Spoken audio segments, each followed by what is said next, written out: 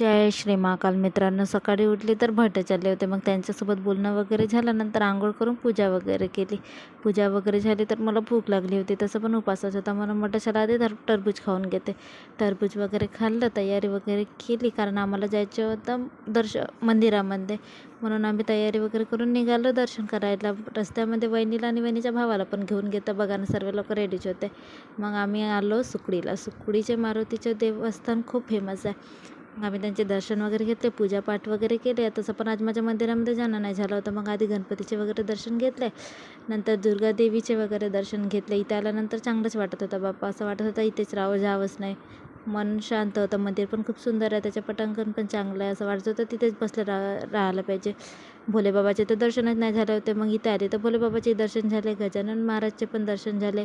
इथे सर्व देवांची मूर्ती स्थापित केली आणि सर्वांची पूजा एवढी व्यवस्थितपणे केली जाते, असं वाटत होतं इथून निघावंच नाही.